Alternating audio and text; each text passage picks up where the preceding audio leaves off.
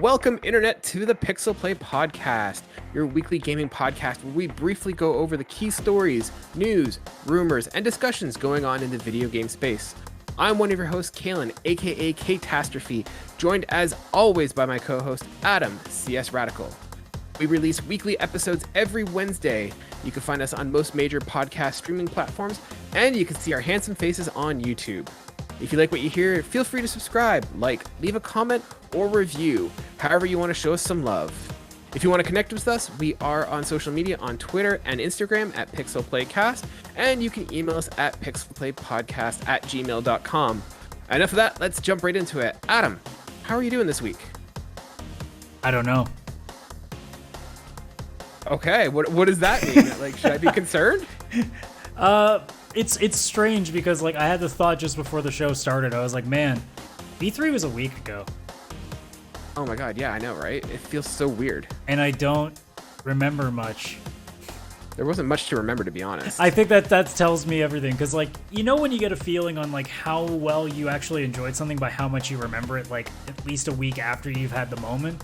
And now I'm sitting here being like, Sony didn't do anything, so I don't care. Yeah, I kind of feel the same way. I feel like, I mean, it was good. Like, there were some highlights. I felt like, I mean, everyone knows what our thoughts were from last week, but I mean, it wasn't a complete bomb, but it was disappointing in the sense of E3 as a whole, and I'm kind of waiting for Sony to do that. And we'll be talking about that today. So this week, we're going to be talking about PSX coming back. Does it live? Speaking of things that are dead, is Dead Space really dead? And we're going to be talking about some of the games that came out of E3 and what seems to have caught people's attention in terms of pre-orders. Adam, do you want to just jump into it? I will say the one good thing that came out of E3, like I said when we talked about Xbox, is like, hey, it made me curious about Game Pass. Well, I noticed that if you subscribe to Xbox Game Pass Ultimate for the first time, it's $1 a month for the first 3 months. So I'm like, Yakuza Like a Dragon, let's fucking go. Oh, did you do it? Did you pull the trigger? Yep. Nice. How is it? I don't know. I've only played like an hour. No, I meant Game Pass. How's Game Pass? I don't know. I only popped it in for an hour.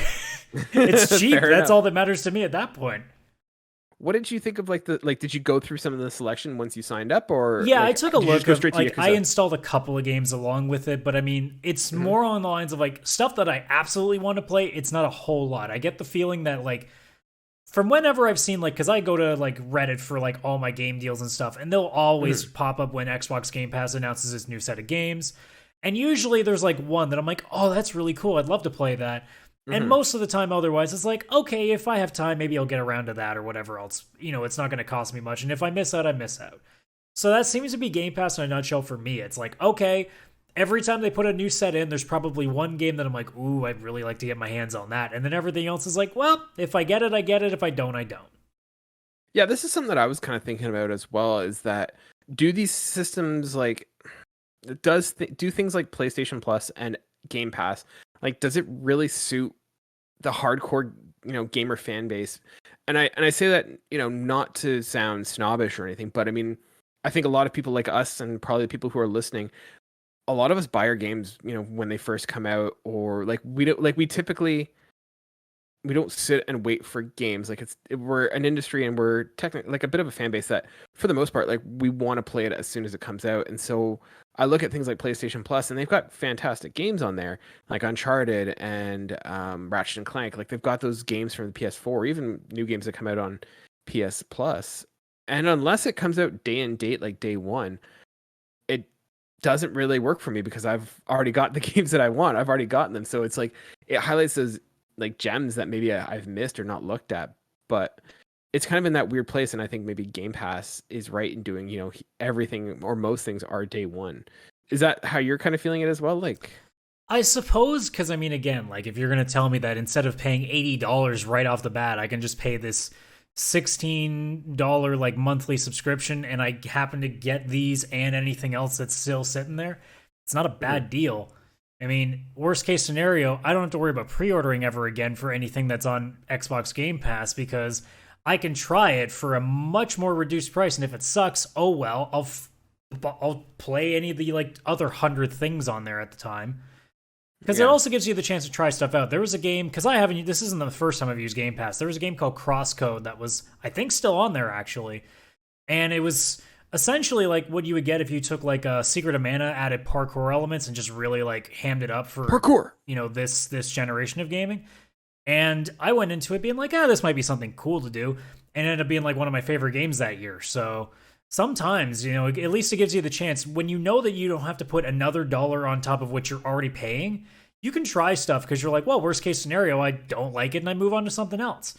Because it's the same with PlayStation Plus. I've seen people bitch like, oh, why is it these games this month? Those suck. I'm like, hey, try them if you don't like them. It didn't cost you a thing. You were going to pay for this thing anyway because you're hoping to God that Spider-Man gets thrown on for free 1 month. Like, you're almost playing a gaming lottery when you get these subscriptions.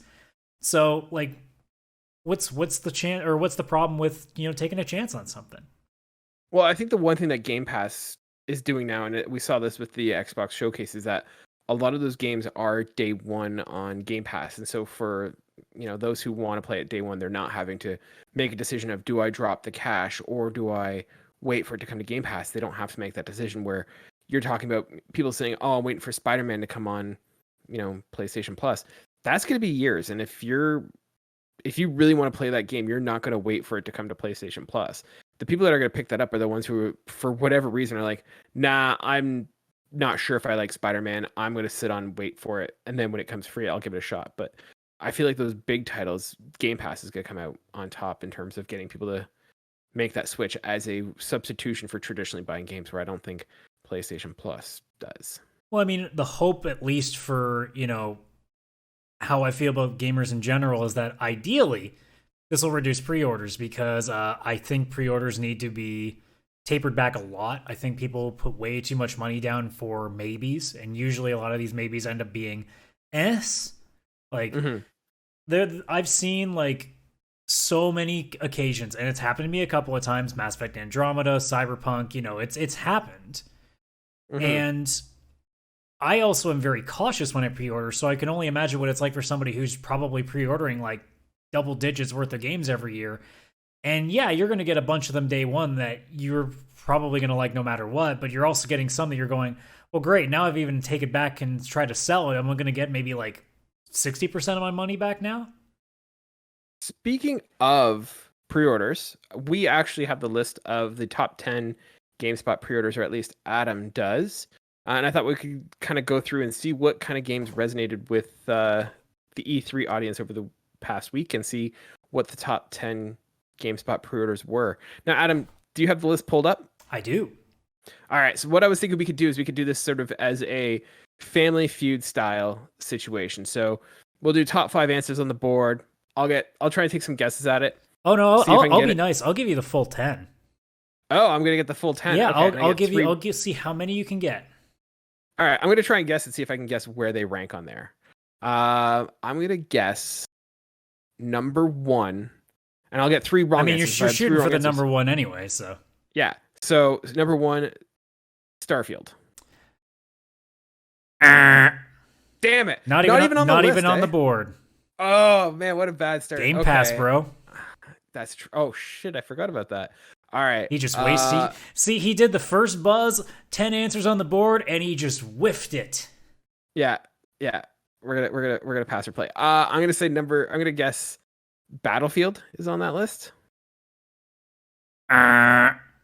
What?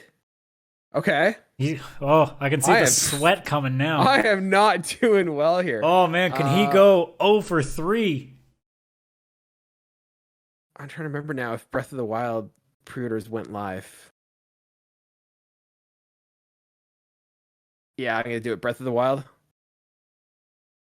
Damn it! Oh man, that I did much worse than I thought. This entire bit has now gone to absolute shit, and that was an unintentional rhyme, and I'm kind of proud of it now. Look at you, little MC over here. All right, Adam, let's go through from 10 to 1. So, what's number 10? You're going to notice a trend in this as we go up the list, but number 10 is Pokemon Legends Arceus. Okay. Number 9, Madden NFL 22, because of course. Wasn't even at E3. This one I feel sad for people for because I've seen the game footage of it now and it looks awful. Dungeons and Dragons Dark Alliance. Yeah.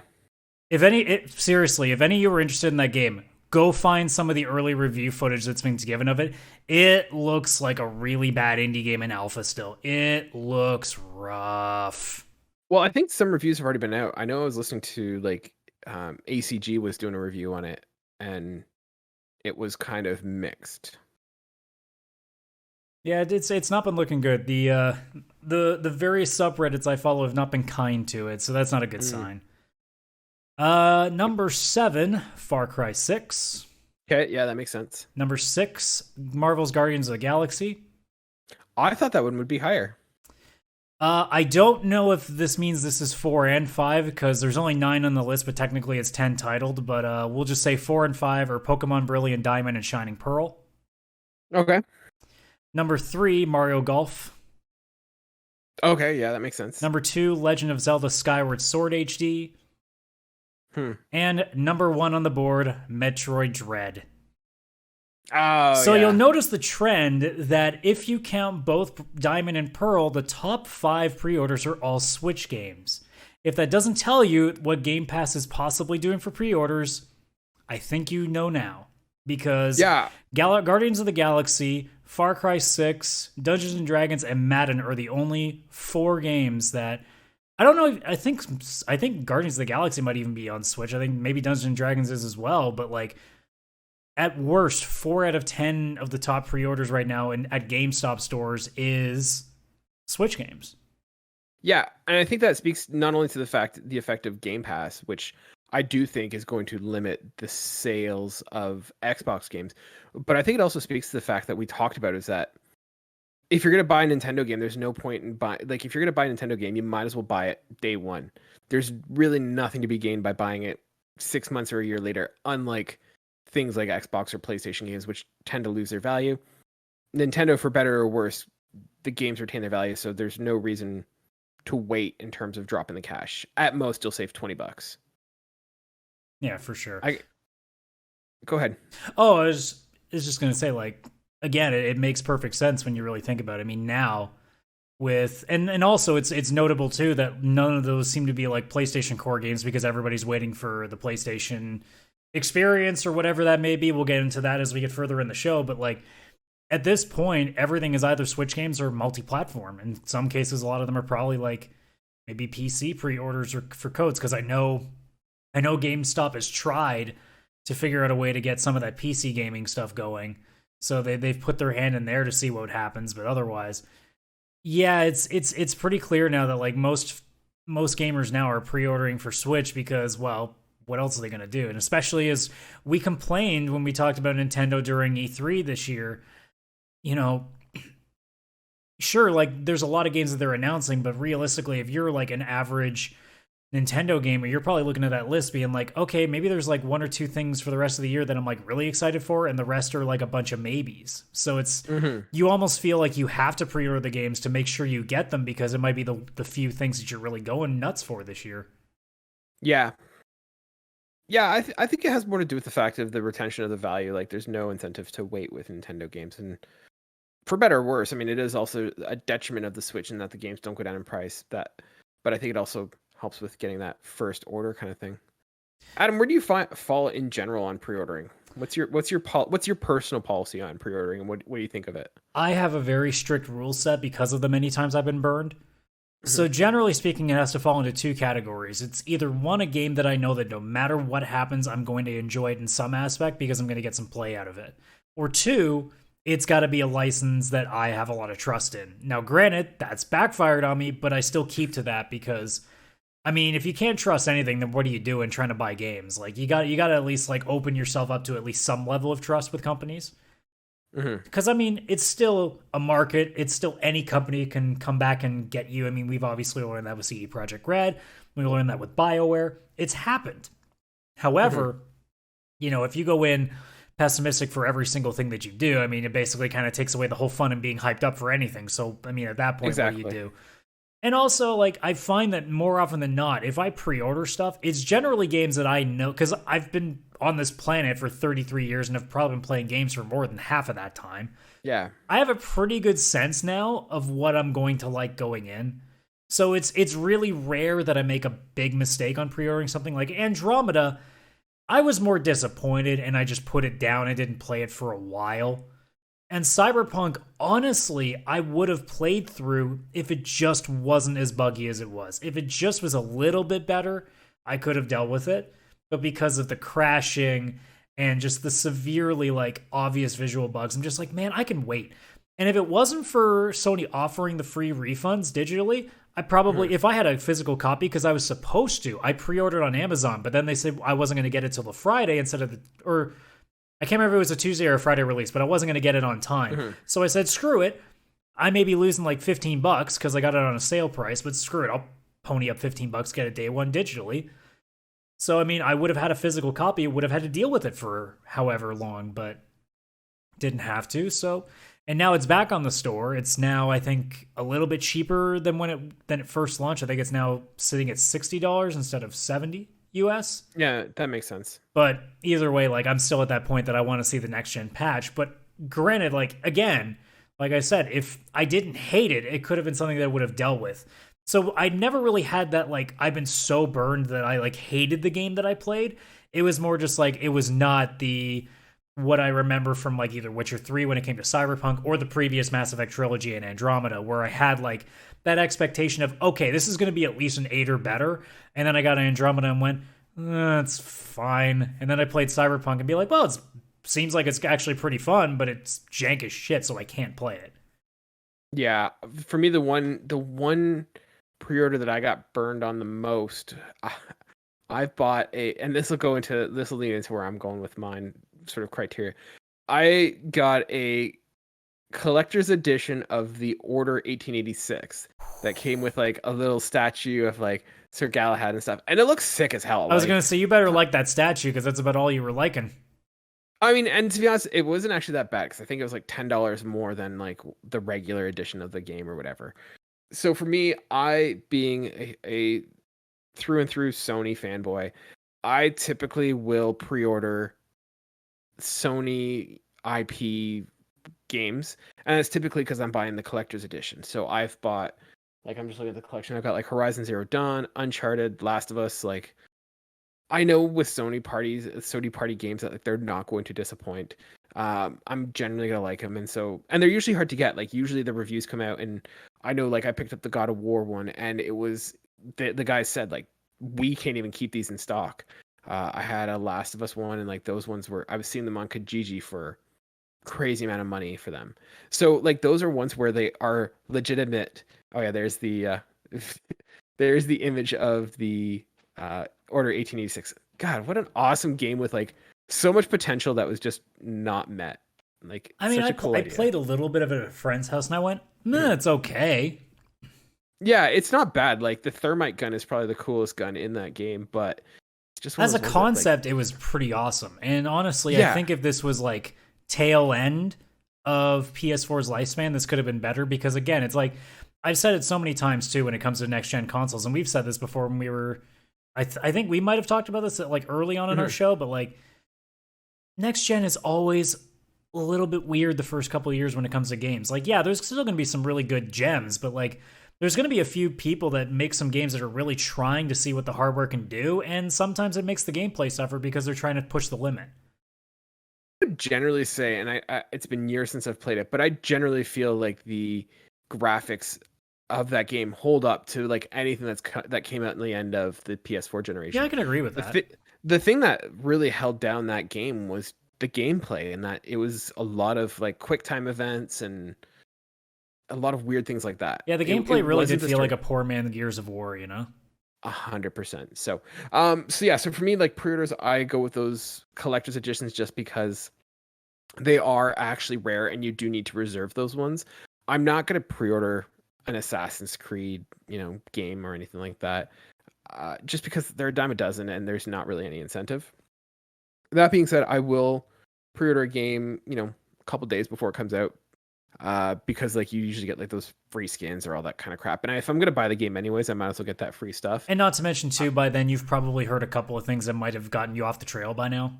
Exactly. So I'm not going to pre-order a game, a year out because I don't know what that is. But if a couple days before you're starting to hear people say like, "Hey, this game's good. The reviews are coming out. It's good." I'll give EB Games a call and say, "Hey, I'll take a pre-order for this so I can get those bonuses." The other time I used to do it, do you remember when like Amazon used to do E3 sales? Yes. And it was like 20 or 30% off like the list price if you ordered within that week. I was buying games like basically a game got announced and I was just buying it right there because like that was the best time to get it because you were getting basically a discounted price and you were always able to cancel it. So I don't know. I know a lot of people are always like, don't pre-order, don't pre-order. I don't think there's anything necessarily wrong with pre-ordering. Just don't pre-order and then commit to buying it just because you pre-ordered it. And that's sort of I would just make the argument, don't pre-order just after a trailer hits. Like the game, especially if the game's not coming out for like 12 months, why are you putting any sort of money down early?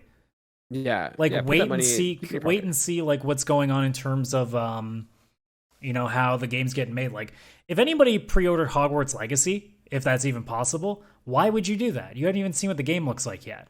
But I know people have done that.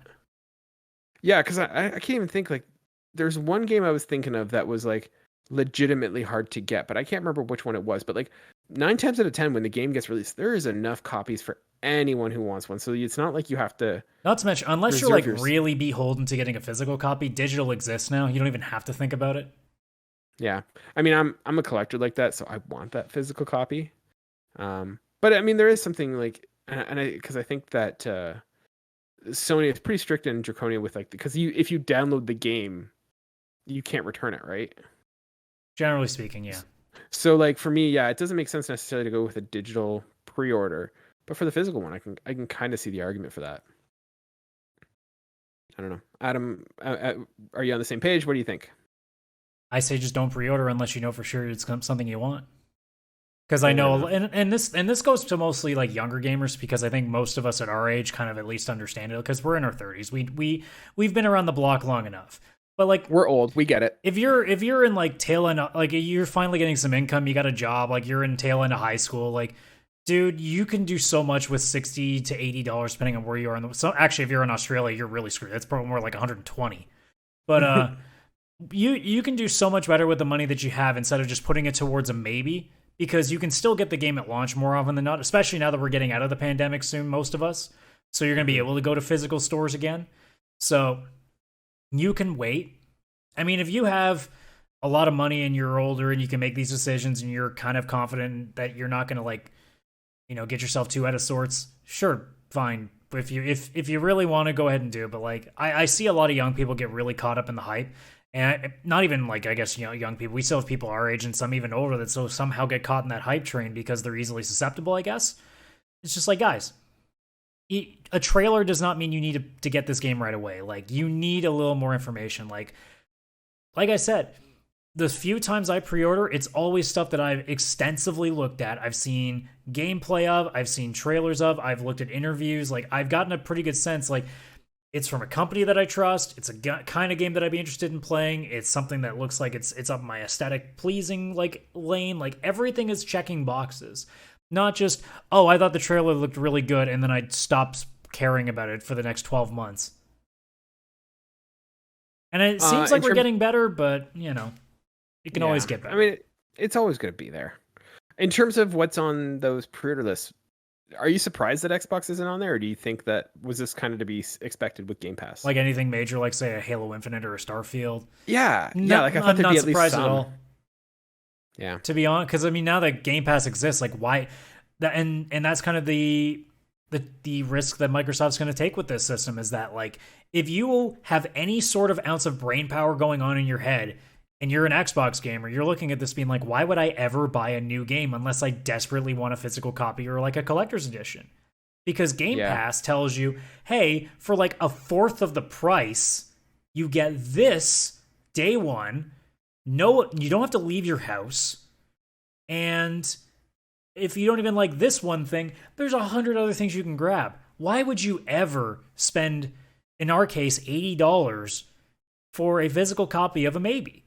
When for a fraction of that price, you can try it, and if you don't like it, you don't worry. Seems like a pretty easy decision. I mean, as a guy who doesn't even own an Xbox, now I have Game Pass, and if I look at my credit card statement and it says, oh, $16 for this thing, and be like, oh, I played one game this month, it was $16. Yeah, it's totally worth it. I bought one game for $40 this month, and I've even started playing that yet. So, yeah. All right, let's move on. Do you want to switch over to PlayStation or Dead Space? let's have some fun before we talk about the completely randomness that might be the PlayStation event. So let's have some fun with EA. All right. Dead Space. Dead Space may Maybe. not be so dead after all. So this is coming from James Carr at GameSpot. He writes, EA is reportedly reviving Dead Space, with Motive Studio developing the game. As reported by Gamatsu, Motive is supposedly developing a reimagining, in quotes, of the original Dead Space games, and EA plans to reveal the game during EA Play Live on July 22nd. The rumor originated from GameBeat's Jeff Grubb, who said on GameBeat's Decides podcast that Motive Studios is working on a dormant EA IP to be revealed at the presentation in July. After that, the story was picked up by VGC, and Eurogamer reported hearing similar rumors. According to Gamatsu, the Dead Space revival is being developed by Motive Studios, which previously made Star Wars Squadrons. EA Motive had previously been working on a project codenamed Gaia, but it was canceled after 6 years in development. The new Dead Space is set to be a reimagining of the story and not a direct sequel to the original trilogy. Goes on later to say, it is important to note that this is just still a rumor that Motive Studios is working on a Dead Space revival.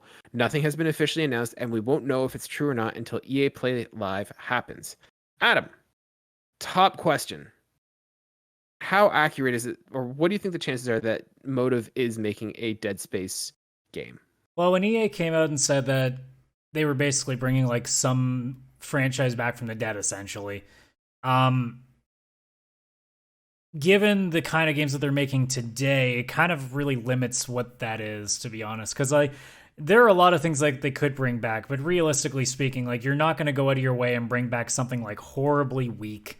You're not going to bring something that, you know, clearly is going to take a bunch of money, a bunch of time into something that like wouldn't be too crazy. Like you can go through a couple of things. Like, is Army of Two going to get brought back? I don't think so. Is Command and Conquer going to get brought back? Probably not, because they decided to ruin people with a mobile game, and I think they've pissed away anything they had left with that. To be honest, though, like if you look at it, like I'm just going to interrupt. I know you're going to kind of going through a couple lists here, but like bringing something like Command and Conquer, like if you look at what Motive does, Motive basically has made Star Wars Battlefront, and they've made Star Wars Squadrons. So like they're not going to switch over to an RTS. It's not their wheelhouse. Like I know they're developers and they can kind of build whatever, but they're going to stick within a certain parameter. Yeah. Sorry, so continue. So I mean, like, none of you mentioned that too. That takes a couple of things off the list too, because I mean, like, how many old, like, they're not gonna make a Fight Night game. That'd be pretty weird. They're not gonna do like any like sort of like Medal. Well, actually, Medal of Honor might be a possibility. That would be like a sort of possibility. It fits in with the wheelhouse. But I mean, like, there's something else on the side. Like, there's a couple that like personally I would love to get, which I think we were gonna ask that question at some point later, so I'll save. We were getting to that, yeah. Generally speaking, like, when you really think about it, what have they done so far? Shooters or piloting, still shooting stuff, and it's always been space-based. And it's been, and it's also that's basically like, Dead Space kind of is like the obvious pick right there, unless Medal of Honor is going to do a futuristic thing. But it has also always typically been PvP in the sense if you think of Battlefront and if you think of Squadrons, like they do have a single player campaign, but they're predominantly meant to be. Well, I mean, they also were, I don't know, like who worked on specifically the campaign. It might have been Motive because they were in collaboration with Dice and Criterion. So I don't know personally because I haven't looked into that. But like somebody did the single player stuff, and if that happens to be Motive, well, maybe the possibility of something single player specific still grants them that.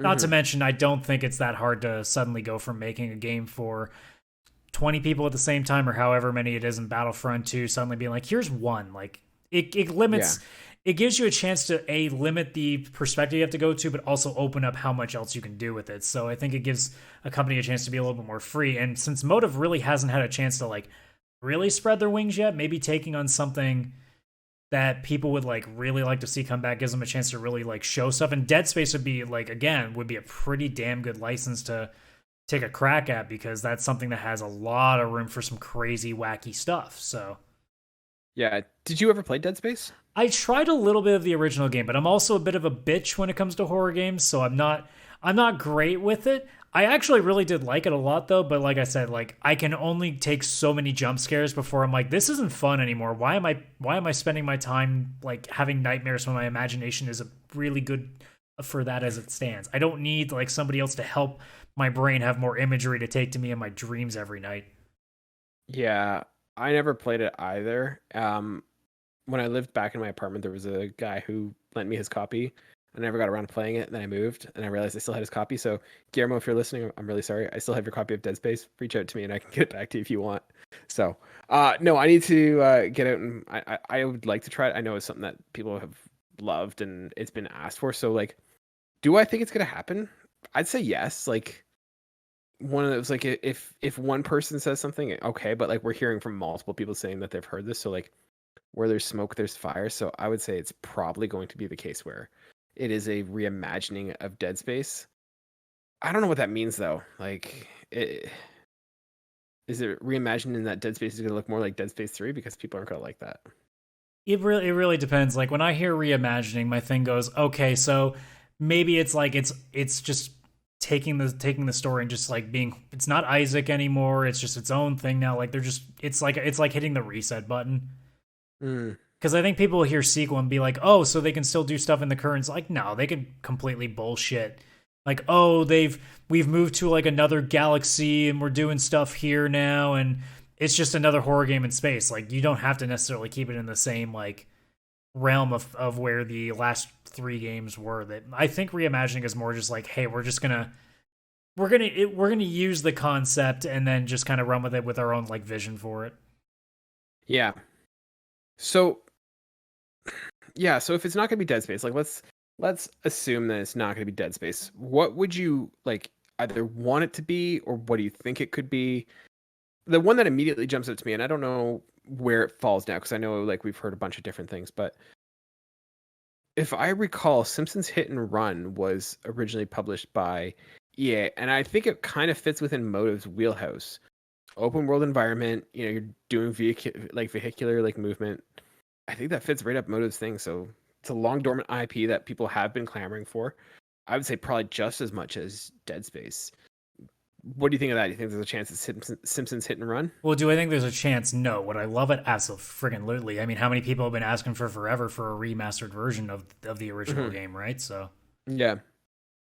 But I mean, like, do I think it's something that would actually happen? I can't see it. Mm-hmm. What would be, let's go through what are some of the other ones that you would wish that you could see? What sort of dormant IPs would you Well, want to see there's the one that would be the most possible, like, okay, sorry, not plausible, because nothing I have is going to fit within the parameters of what Motive's been doing so far. So I'm just throwing like absolute like, yeah, this is just I'm throwing like thinking. The massive like like Hail Mary on these two.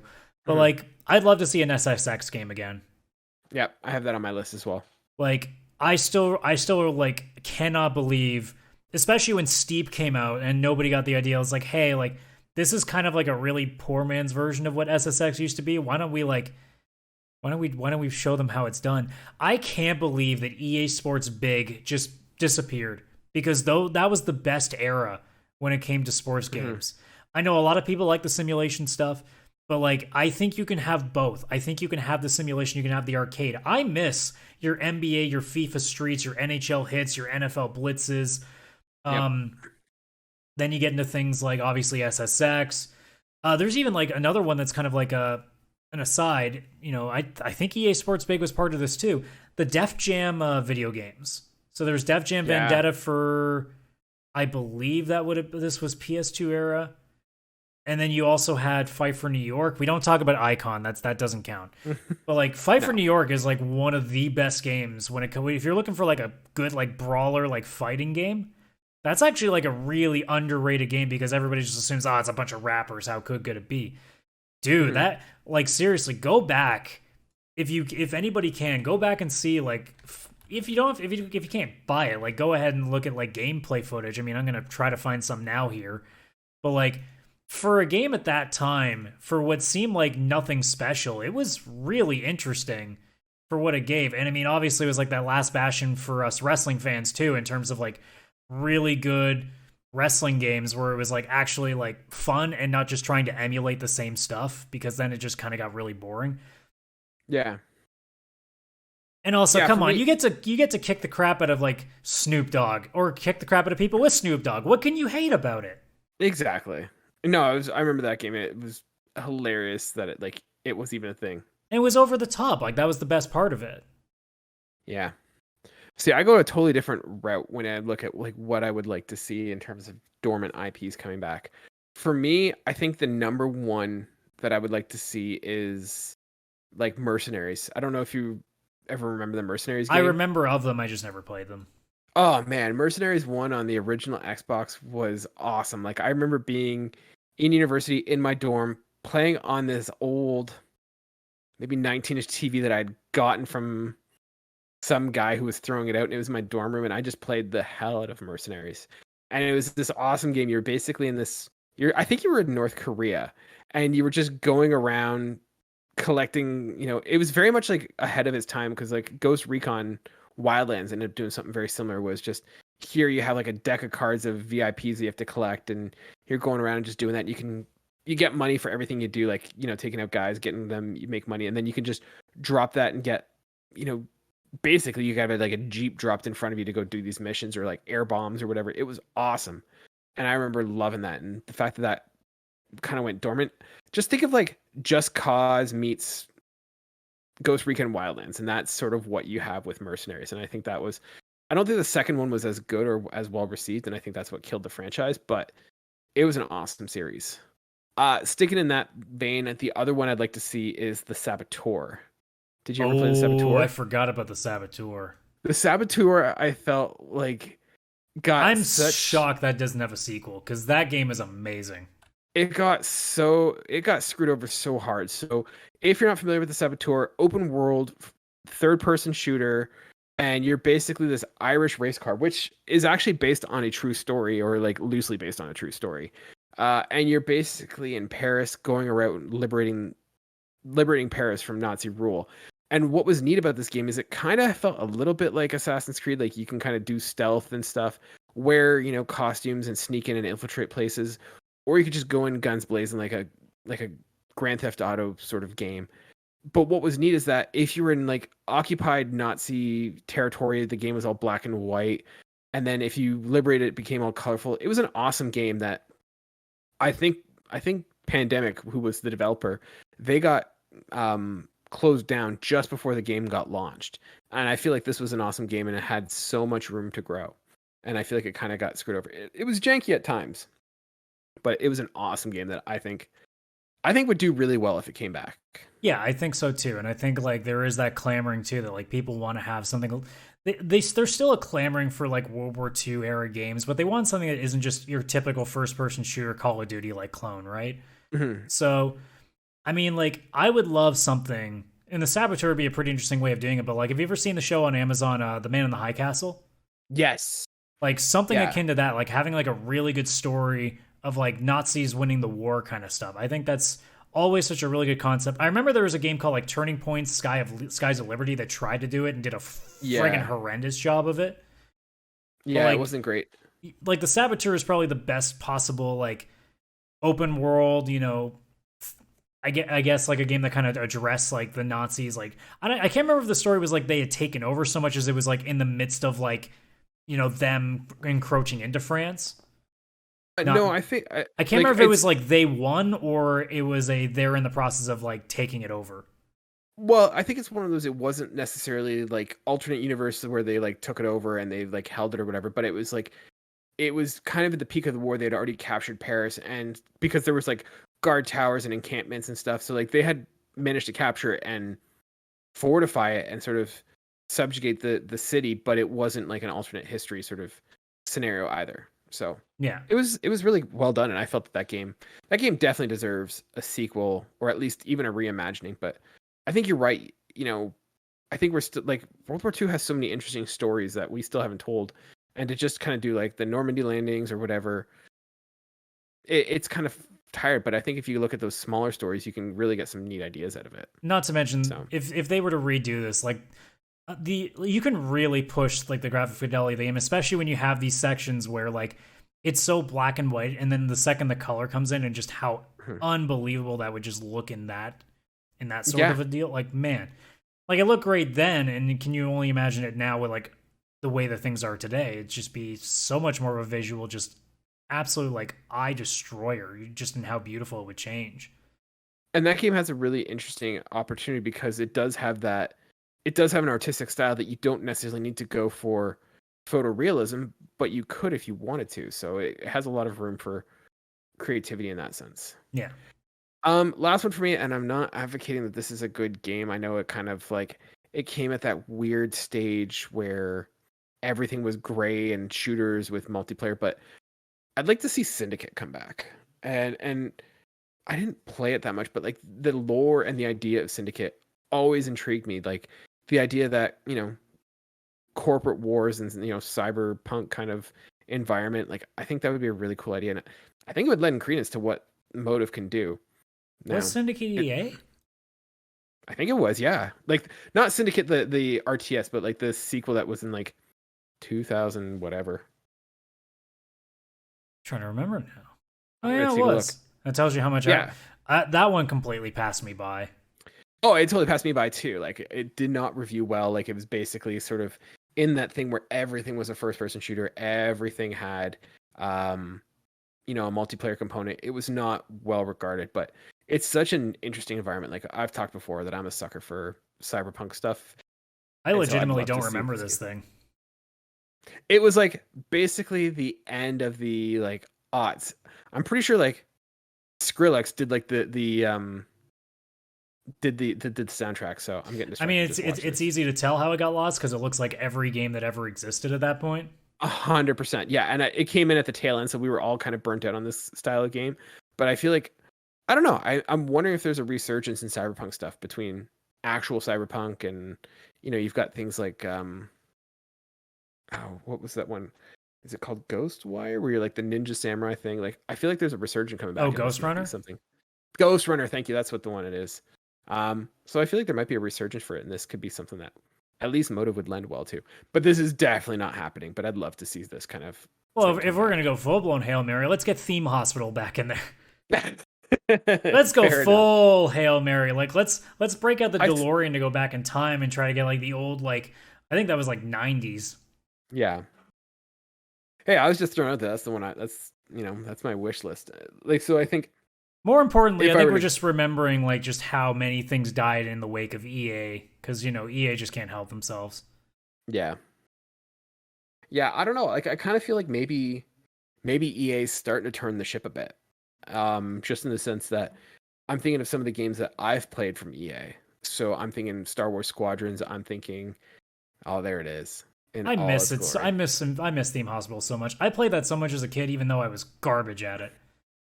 So many people died on my watch. That's why you don't get me to run a hospital. That's what games are for. Fair enough. Yeah, it's a trial. No, but for me, like I think of like the games that EA's coming out with because EA did Titanfall 2, which had good reviews, but like kind of didn't pan out well. But it also did, Star Wars Jedi Fallen Order. It did Squadrons, like, and I mean, it got slapped hard for Battlefront 2, but like it did kind of right the ship as much as it can. So I wonder if maybe we're at a turning point for what EA is going to be. Am I crazy? Am I wishful thinking, or do you think it's? Are you seeing? I mean, if you're asking if I think you're crazy, I mean, we're all crazy. So, sorry, is that opinion crazy? No, I don't think any opinion's crazy. It's just more along the lines of like what's rational for EA and what's not. I mean, really, any of the things that we really want, like you have to ask the simple question: is it going to make EA a shit ton of money, and can they microtransaction the hell out of it? Oh, but that's what I'm asking. Do you think that EA's slightly moving back from that microtransaction strategy as a result of what happened with Battlefront 2? Unless in the West we put laws on it the way that some countries in Europe are doing. Nah. It'll be interesting to see. They'll pick certain games to do it, and then they pick certain ones that won't. They'll still do it in every game. It just won't be as egregious in some because they want to put people off the trail and that it's not every game. Well, we will find out in a month or so what this rumored project is going to be. Speaking of rumors and things that are dead, let's wrap it up with the last story of the day. Is PlayStation Experience back? So this is coming from Wired Up Report. I didn't have an author for this one. Sony Interactive Entertainment, SIE, registered the trademark PSX on June 11th, 2021. The trademark is related to creating, organizing, and conducting exhibitions and conferences in the field of entertainment and video games. Based on, and that's the end of the quote, based on official information shown by the registration body used. Of course, it's easy to think this is a new PlayStation experience. As always, we remind you that Sony has not announced any type of event for the moment, and that this recording may not be linked to upcoming events. In any case, this is a suspicious situation, given that it takes place in the post E3 2021 period, and that multiple rumors point the fingers towards a new PlayStation conference. Adam, does PlayStation Experience live? I mean, in stream form, maybe. I don't know if we're going to talk about like a physical like convention. You don't think so? I don't know. It depends on.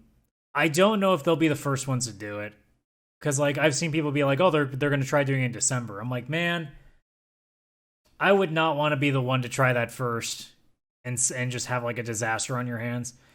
I think like maybe they register the trademark, see how E3 goes, see how like the first Gamescom goes, see what PAX looks like if they have one. I think they look at all that. I think PlayStation Experience might be a stream at the end of the year or something again. And then next year they'll see how everybody's doing with, getting back to things normally with all the convention floor stuff. And maybe they'll take a look at that and be like, hey, like we could probably put a foot forward here and do something. Or they could just be like, nah, it's not worth the trouble. I think at the very least they're keeping the patent so that they don't have to worry about anybody taking it from them again. But I don't know if this means anything so far. I don't know if this is like an automatic, oh, they're going to do something big. I don't know if that means anything. I think they're going to. I think they're just patenting it so that they have it, like you said. I don't think that this would be the year to do it. Like we're getting close to the end of the pandemic, but like there's still a lot of who knows what up in the air. I think we all kind of get this false hope just because at least here it's summer. So like cases naturally go down when summer hits.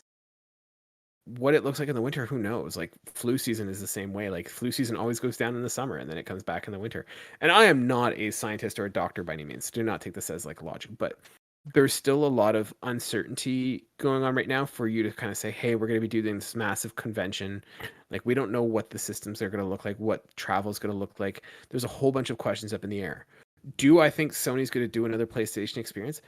I think so. Like I think we talked about this last week in our podcast about what E3 should become, and I think that this idea of doing a fan-centric show is where you kind of do a big conference.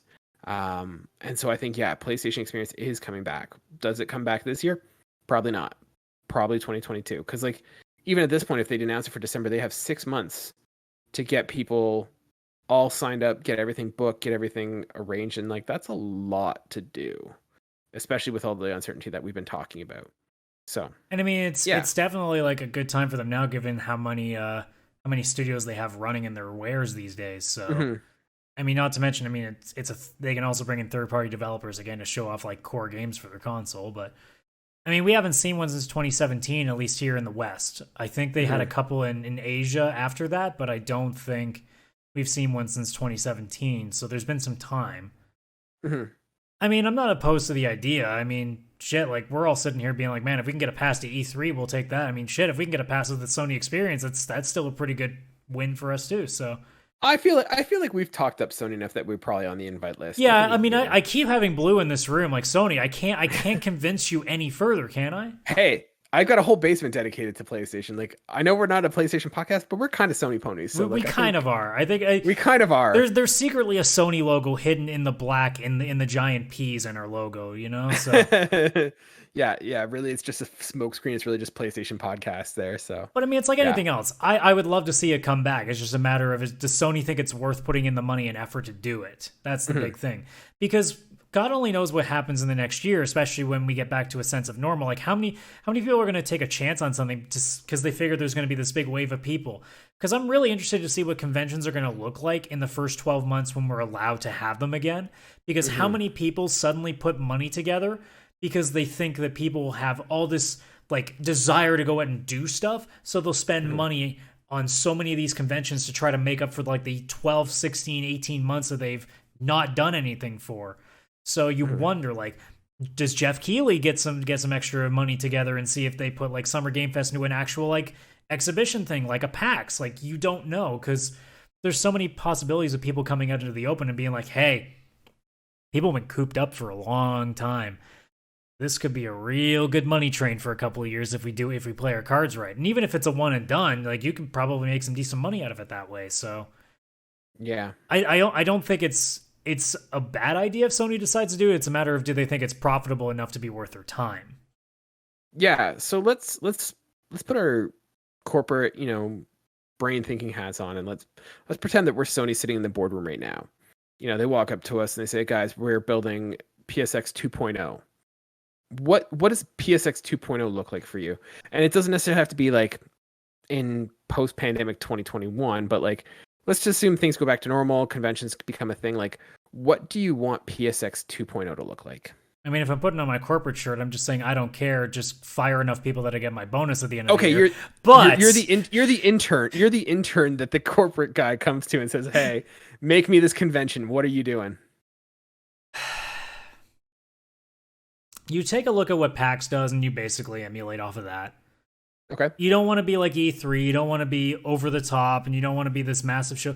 Like, you want to be a convention that takes the core stuff. You want your stuff to be the focal point. That's what the big showroom's for. You have the big showroom for like your big conference at the end of the year, like your secondary like E3 press conference, whatever the hell you want to do. Because like I said, I'd still love the idea of one in the summer, one in the winter, so that way you get like a pretty good fair amount of information out, and then have fun with it. Like, open it up to indie devs that you already have like set up on your console. Have them put some demos out, get a chance to get their product out there. Get some merch guys in there, get your sponsorships together, get all your money out that way. Get some friggin' big names in there, get some YouTube stars. You get those people in there. They do some shows here and there. The fans come in for that. Like, you find outlets to get people in the door, but you always keep in mind that your stuff is the focal point. The horizon for, like, let's say it's, none of the games are out that are coming out. You have that Horizon Forbidden West banner, front line and center, giant Kratos friggin' banner just flying down, like, or just like, somebody walking around, like, just constantly yelling boy at people in a fucking Kratos outfit to keep the thing going. You do all that stuff, and you make it clear as day that this is Sony's PAX. Like, you basically want that to be that. If you try to be corporate, it's going to fail, because that's why E3 has failed for so long. So I mean, that's honestly it. Like, I could come up with a bunch of like smaller ideas if you gave me enough time to do it, but realistically, I would just point to what PAX does every year and be like, okay, that, but with our fucking like amount of product, like our high quality product. That. Yeah, I'm totally with you. Like, I think what I would do is, you make it like this is your big E3 event for Sony. So this is where you do your big, hour and a half convention. You have all your fans there. You have the press there. You show off the new games that are coming out. But then on the show floor, you have, you have games for people to play. You have activities and interactions. So, have panels where you have, developers that are talking. You bring like Neil Druckmann out and kind of get him to do like a debrief on The Last of Us or something, where you get get some surprises in there. Find Kevin Butler, see if he'll do a panel. No, they don't talk to him anymore. He's dead to them. So I don't care. Kevin, make it work. So like you get those panels, you get those events, you get games for people to play, you do tournaments, you do merch, you do all that kind of stuff. Make it a PlayStation weekend, and then I think that's where you get people. And then the one thing I think I would do is, have it on a consistent date. But like, I think one of the things that they need to maybe think about doing is, I know they used to, I think it was always was it like Anaheim that they did it? It was always like I think it was always in California or something like that. And I think that made sense when it was starting out. But I think what they should do is it should almost become a global thing. So, 1 year it's in California, 1 year it's in New York, 1 year it's in British Columbia. 1 year it's in London. Like, kind of have it circle the globe so that your fan base wherever they are can kind of engage and get to experience it. So like, I'm not saying do it everywhere at the same time, but have it kind of float around different parts of the world so that different people can kind of experience it. So, or even do like one, like have one in Europe, have one in North America, and have one in Asia. But like, I think you really need to make it accessible to the fans, and you kind of put the fans first. And I think that's something that E3 has kind of forgotten, in that they don't realize that. I think for the most part, it's fans that drive the E3 now. It's not the ESA, it's not retailers, it's not even journals, because they're doing it for us, the audience. And so I think you're right. I think it needs to become a little bit more of a PAX experience. Yeah, I mean, the gist of it is you get your stuff out there and you make it fun. Like, that's really it. Like, you don't need to do much else. It really isn't that hard too, because I mean, if you've got the names there, if you're showing off like a new trailer for God of War, or you're doing a big conference, so there might be some surprises, you have some cool games showing up to do some demos and stuff, you really don't have to do much else. You can literally just throw a bunch of like random names in there, say like, oh, we're bringing in this guy who's a famous Twitch guy, and he's just going to do a panel about Twitch for an hour, and people will show up to that. Like, you don't have to try that hard. No, like, there's a ton of PlayStation podcasters out there who you can get in. You get like you said, Twitch streamers. You get even just like figureheads at Sony just coming in there available. Like, if you just make it accessible to the players, like, I think that's what they need to do. So, and there's so many things you can do as well, like, that are even outside of that. Like, MLB The Show is technically still a Sony studio property, so all I have to do is be like, hey, like, give Fernando Tatis Jr. a call, get a friggin' like sports guy in there. That's another kind of audience that suddenly wants to go in there, and you get them to take a look at your products at the same time. Like, there's so many ways using your brand to get people in there. Not even to mention, like, there are other outside stuff. Like, you can have your own Sony booths in there to show off your speakers or your televisions, because Lord knows you're trying to sell that stuff along with it. So like, it's really easy to get so many different people in there that isn't just for gaming, and suddenly having them in there and also being like, oh, but that thing for PlayStation looks really cool. Maybe I should think about getting my kids a PlayStation, or maybe I should get one. Yeah, you know what? You made a really good point there. Like, you have all your Sony like equipment set up, so like you're playing it on Sony OLED TVs, and suddenly I'm playing God of War on an OLED, and I'm like, oh shit, this looks amazing, much better than what I have at my house. Like, maybe I should grab this TV when the God of War comes out, and then I could replicate this experience at my house or whatever. So yeah, I think that's a really good point, to like just kind of diversify the stuff that you're doing. Your core is to get people in the door with all the fun stuff, and then you sell them. That's literally it. Yeah, you're literally dressing up a trailer, and that's what E3 is too. You're dressing up a trailer and an advertisement, and then people are gobbling it up. And I think, I honestly, I'd love to see it come back. And I mean, I talked about it last week, that I think that more of these, developers and publishers need to make customer-centric stuff that engages them. But seriously, I don't care. Time has passed. Bring Kevin Butler back. Those were the best commercials. They were the best commercials. They really were the best commercials. There's nothing that tops that. No. And if you don't know honestly, what we're talking about, as soon as you're done this podcast, because you're not allowed to finish it until the podcast is over. Yeah. You make sure you go and YouTube search Kevin Butler PlayStation and just watch all of them, because they're all good. There's not a bad one. And then until you get into Marcus is not as good. Yeah, it's not as fun anymore. It's not the same. No, you need Kevin Butler. All right, Adam. Any closing thoughts on PlayStation experience coming back? Bring back Kevin Butler. That's all I got. At that. All right, well then let's wrap it up there, ladies and gentlemen. This has been the Pixel Play podcast. Thank you so much for joining us. If it's your first time joining us, we hope it was good for you. We know it was good for us. If you're one of our regulars, we really appreciate you sticking around, listening to us. Feel free to like, subscribe if you haven't already. Leave comments. Let us know. What are you hoping to see from EA in terms of its rumored game? Are you excited for the possibility of a PlayStation experience? What kind of games got your attention, and are you thinking of pre-ordering for E3 based on everything we talked about? Let us know in the comments below. If you want to reach out to us and chat with us, you could reach out to us on Twitter and Instagram at PixelPlayCast. And if you want to submit questions for the show, your opinions, we're happy to read them on the air at pixelplaypodcast@gmail.com. I've been your host, Kaylan, aka Ktastrophy, joined by Adam, CSRadical. Thank you so much for joining us, and we will see you guys next week. Bye for now.